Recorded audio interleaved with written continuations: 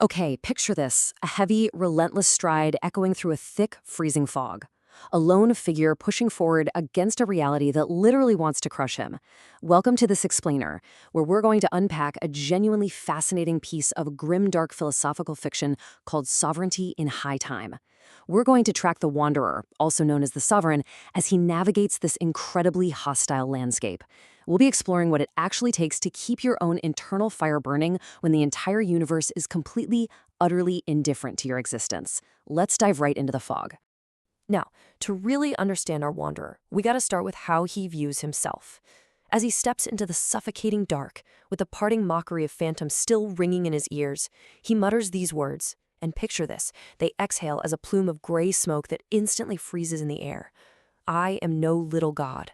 A god demands an altar, a collective knee, and the fragile illusion of an external sky to validate its dominion.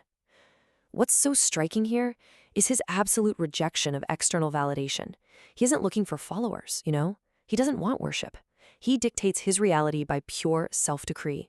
He is just this lonely coordinate of absolute, self-devouring will, carving a path through a cosmos that literally lacks the capacity to care about him. In the cosmos he's carving that path through, it operates on a pretty terrifying temporal logic known as high time. This isn't your standard flowing river of time where you can learn from the past or change the future. No, this is the temporal reality of the abyss. Imagine a universe where your past mistakes and your future goals literally do not matter, because the universe is just this indifferent, completed calculation. Past, present, and future are all just crushed together under the immense pressure of their own uselessness. Every monument has already rotted away. Every savior has already died. The Sovereign's march isn't some heroic quest for salvation. It's a deliberate, agonizing fight to maintain consciousness within a void that demands absolute, unblinking stasis. To truly grasp the sheer tension in this fable, you have to look at the stark contrast between his internal state and his environment. On one hand, you have the Wanderer, who is literally fueled by burning copper veins, speaking from a throat lined with calcified ash. He is a walking furnace of internal autonomy. And on the other hand, we have the external reality of high time, its freezing fog, uncanny air, and suffocating darkness. It's this environment of absolute cosmic stasis actively pushing against the burning, violent will of the individual. He's basically a walking contradiction to everything around him. As the path contracts around him, the landscape itself becomes actively hostile. The Wanderer enters a forest, but we're not talking about organic life here. The text describes a weeping architecture. The trees are ribbed vaults of calcified bone. The canopy overhead weaves this permanent shroud that completely chokes out even the memory of external light. It's an environment steeped in a suffocating atmospheric malice. So this isn't just some spooky forest. It is the literal, physical manifestation of cosmic despair. And this light-choking forest is the home turf of the darker spirits. Now, the source material makes a really important distinction here. These aren't your typical theatrical fantasy villains. They don't wear flashy outfits like a jester king or display the clinical curiosity of a plague doctor. They're primordial, they're formless. They're essentially raw, unrefined currents of absolute negation.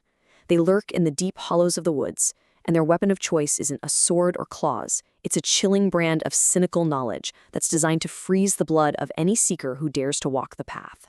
So this journey becomes a psychological contraction just as much as a physical one. First, he navigates those calcified bone trees, but soon, whispers from the black rot start trying to find an entry point into his mind, crawling upward like parasites. This escalating pressure forces him into the realization of what's called a Fichtean loop, where demons try to break his spirit with cynical logic, and this ultimately drags him down into the deepest, darkest chambers of the uncanny.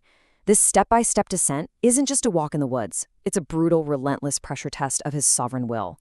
And right here is where the intellectual warfare really kicks off. On one side of this clash, you have seekers, who traditionally believe their internal flame is completely unique, that their intense striving can actually rewrite the fundamental laws of the void. But then, the demons counter with a terrifyingly cynical truth. They whisper to the Sovereign that his defiance is just a predictable symptom of a universal disease. To them, his burning will is nothing more than a temporary voltage spike before the inevitable, entropic flatline of the universe. They're attacking him with the sheer, undeniable truths of cosmic pointlessness. Central to this whole philosophical attack is a concept the text calls Fichtean Streben. Now, if you weren't super familiar with the philosopher Johann Gottlieb Fichte, Streben essentially translates to striving. But in the context of this grimdark universe, it takes on a brutally agonizing meaning. It's the constant maintenance of the absolute I in a realm of pure negation. Think of it as the ultimate cosmic burnout. To maintain your individuality against a universe that wants to crush you, you have to generate your own friction. You have to act as both the torturer and the victim, constantly burning your own marrow just to prove you exist against the void's perfect data. So the really crucial point here is how the demons use this concept to maliciously mock him. They laugh, and the text says it sounds like grinding stones. They look at this heroic, agonizing striving, and they just call it a pathetic, multi-generational loop. They frame his entire existence as a hamster wheel forged from burning metal. And what's his grand prize for enduring this self-inflicted torture? His only reward is permission to take another agonizing step into the exact same identical dark. The demons are trying to convince him that his internal fire isn't an instrument of liberation at all. It's just a self-constructed torture device. Which brings us right to the climax of this explainer and arguably the most pivotal question of the entire fable. Faced with this overwhelming absolute negation, faced with the undeniable logic that his struggle is pointless and his suffering is just a self-constructed hamster wheel, why doesn't the Wanderer break? Why does this very torture actually make him completely untouchable to these demons?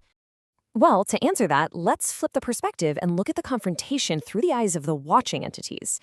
Picture these formless leeches clinging to the weeping branches, their eyes glowing with the sickly, dead light of collapsed stars. They are practically drooling, waiting for a microscopic flicker of nostalgia, a moment of hesitation, or a total collapse into grief. They want him to mourn his own pointlessness. But what do they actually see? They see the Wanderer providing zero opening.